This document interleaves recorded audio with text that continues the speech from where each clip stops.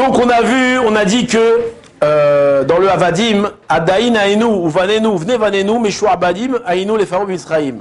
Si Hachem ne nous avait pas libérés, alors nous serions, nous, nos enfants et nos petits-enfants, encore asservis à Pharaon en Égypte. D'accord? Donc on voit qu'on fait la louange d'Hachem d'avoir libéré nos aïeux. Pourquoi? Parce que s'ils ne les avaient pas libérés, on serait en Égypte. C'est pourquoi on serait en Égypte? Alors peut-être qu'on n'existerait pas, qu'est-ce qu'on serait? On serait volatile, on n'existerait pas.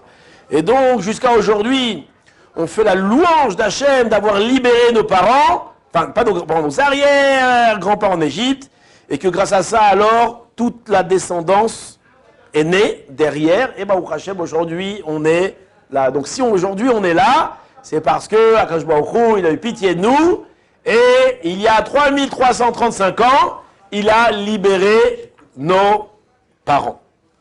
D'accord? Et sur ça, Chazal nous disent que celui qui sauve un juif, d'accord, ça équivaut à sauver un monde entier. Sauver une personne, ça équivaut à sauver un monde entier. Pourquoi ça sauve un monde entier? Parce que tu n'as pas d'idée combien de personnes vont sortir de cette personne-là que tu as sauvée. Et le Rav Rabbi Akiva Yosef Schlesinger, il ramène au nom du Khatam Sofer une histoire qui ramène à l'époque du Maharsha. Vous savez ce qu'est le Maharsha? Le Maharsha, c'est un des grands commentateurs de la Gemara. Et là-bas, il raconte qu'à l'époque du Maharsha, il y avait ce qu'on appelle un délateur. C'est quoi un délateur? Un rapporteur. Un rapporteur, une balance. Et qu'est-ce qu'il faisait? Une poucave, exactement. Qu'est-ce qu'il faisait ce bonhomme-là? Il allait dénoncer les Juifs aux impôts, à la royauté. Et à cause de ça, alors les Juifs étaient vraiment très embêtés. À l'époque, vous savez que c'était pas facile hein, dans ces pays-là. Et il a fait beaucoup de mal, cet homme-là. Les gens ne l'aimaient pas. Et un jour, qu'est-ce qui s'est passé? Qu'est-ce qui est passé? Il est mort. Il est mort. Alors bien entendu, il n'y a pas grand monde dans la ville qui l'a pleuré. Ah bah malgré tout, on a le devoir de l'enterrer. Et on va lui faire, donc on va lui faire tout ce qu'il faut pour l'enterrement. Et parmi le processus de l'enterrement, ça se dit comme ça, on ne sait pas, il y a ce qu'on appelle la tahara. C'est quoi la tahara? On va laver le mort. On va lui couper les cheveux, on va laver, toutes sortes de choses. Et donc les gens qui faisaient la tahara donc, de ce personnage-là, on imagine qu'ils étaient un petit peu, pas contents, mais bon, c'était un petit peu joyeux là-bas. Un certain bonhomme, ce bonhomme-là, il est mort, donc il ne pleurait pas tellement. Et il y a un jeune dans l'assistance qui est en train de faire la tahara avec eux. Qu'est-ce qu'il a fait? Il a fait une pitchinette. C'est une pitchinette? Comment on dit? Une pichenette. Ah pardon, pas une pitchinette. Une pichenette sur le nez du mort. Paf! Comme ça. Et qu'est-ce qui s'est passé? Toute l'assistance a éclaté de rire. Ha, quelle pichenette que t'as fait sur le cadavre. Et tout le monde était mort de rire. D'accord? On a pris le mort. Il a bien fait ou pas? C'est une poucave. D'accord, le mec il est mort. C'est une poucave. Et alors? Bon, toi tu sais pas, d'accord. En tout cas, il l'a fait. Il a fait la pichenette. On a enterré le mort. Qu'est-ce qui s'est passé? Le même soir, le jeune homme rêve. De qui il rêve? Du mort. Et il voit le mort arriver, furax. Énervé. Tu n'as pas honte, tu m'as humilié, je t'attaque, je veux maintenant que tu montes avec moi dans le tribunal céleste, d'accord, pour te faire juger de la grande humiliation que tu m'as fait. Et le gosse, il voit ça, il se réveille en sueur, il dit ouais, qu'est-ce que j'ai rêvé. Bon, le lendemain, qu'est-ce qui se passe? Encore une fois, il rêve la même chose. Et tous les soirs, le gosse, il rêve du mort et le mort, il revient pour l'embêter tous les soirs.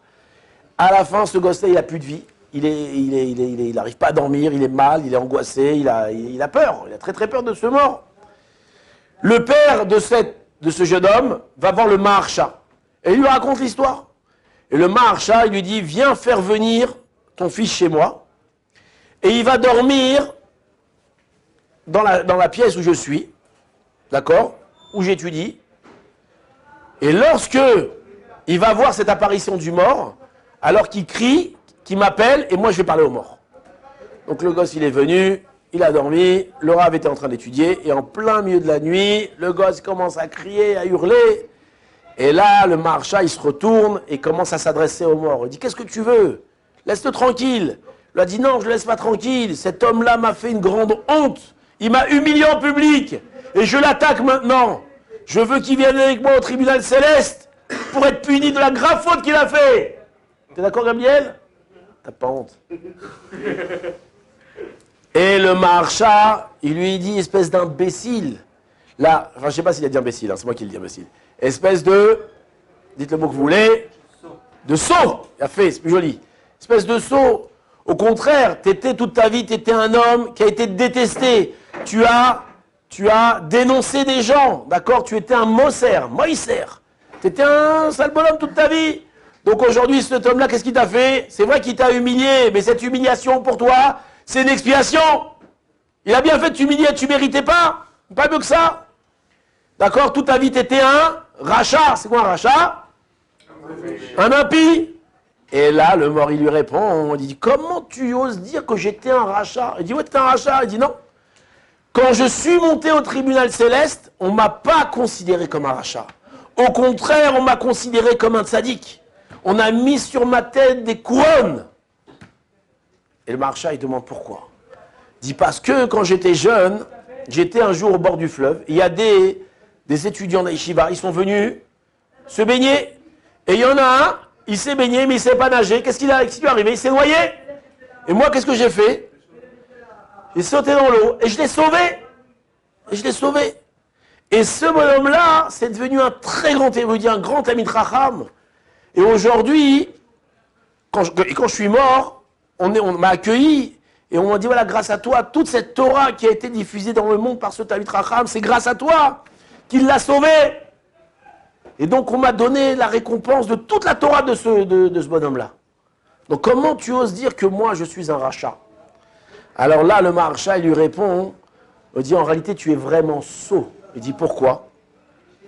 Il dit, parce que tu as un mérite extraordinaire, d'accord, d'avoir sauvé cette personne-là. Et au lieu de payer pour toutes les fautes que tu as faites, tu as été récompensé pour avoir sauvé ce bonhomme-là. Mais aujourd'hui, du ciel, qu'est-ce qu'on veut? On veut te faire perdre ce mérite-là. Comment? Le fait de venir et d'embêter ce jeune garçon-là, d'accord, et de la tridoto, comment on dit en français la tride? La tride, c'est le perturber. D'accord? Ça risque de quoi? Ça risque de le tuer, ce gosse-là.